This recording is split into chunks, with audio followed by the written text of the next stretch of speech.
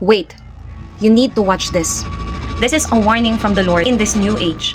Let me manifest the future that I want, and then the universe will move the stars around in my favor so that I get what I'm believing for. This new age spirituality is very dangerous actually, because the devil will make sure whatever you're manifesting will come true. People that are doing all these techniques, they don't understand that they don't have any power. The universe doesn't have any power. So they think they're calling out to the universe, but you're just calling out Satan and his demons.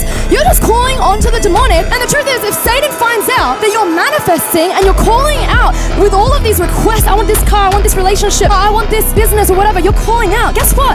Satan hears that, and he's gonna make sure that you get the desires of your heart, because that's gonna mean you're just gonna keep calling out to the universe, trusting in anything other than the one person who can actually save your soul. Alam mo bang sobrang mahal ka ng Panginoon, kaya nangako siya sa'yo sa Jeremiah 29 verse 11, "For I know the plans that I have for you, plans to prosper you and not to harm you, but to give you hope and a future." Obviously, napakaganda ng God-given purpose and destiny ng Lord sa buhay mo. At iyan yung target ng kaaway. And He will do everything to distract you. He will divert your attention away from the goodness of God, His sovereignty and power over your life. 2 Corinthians chapter 11 verse 14 states that Satan himself masquerades as an angel of light. This means that even the devil can appear to be good or holy, presenting himself in a way that is appealing and deceptive. Magaling siyang mag-disguise.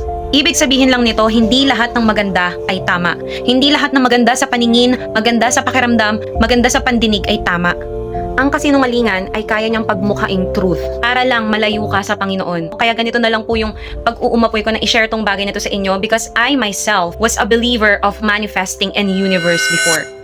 In fact, nag-enroll pa po ako sa mga manifesting class. Umattend ng mga virtual meetings. Pinractice ko rin yung mga bagay na ginagawa ng mga naniniwala ngayon sa manifesting. Nagsulat ako ng mga minamanifest ko sa notebook ko at kung ano-ano pa, lahat ng bagay na yung pinractice ko. At bumili ako ng maraming books about manifesting, law of attraction, to prove that manifesting is true, that the universe is true, until God proved me wrong.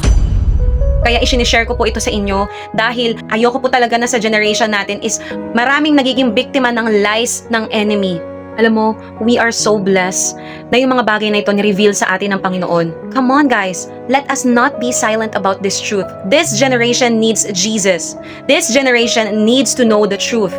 And let us stand up for the truth. Kung marami pong ni-reveal sa iyo ang Panginoon sa pamamagitan ng video na to, share this to everyone who needs this. And just tap the plus sign button para ma-update ka sa iba pang mga videos na ipopost ko patungkol sa katotohanan ng salita ng Diyos. Maraming salamat po, mahal ka po ng Panginoon. God bless you kapatid, and have a beatified day.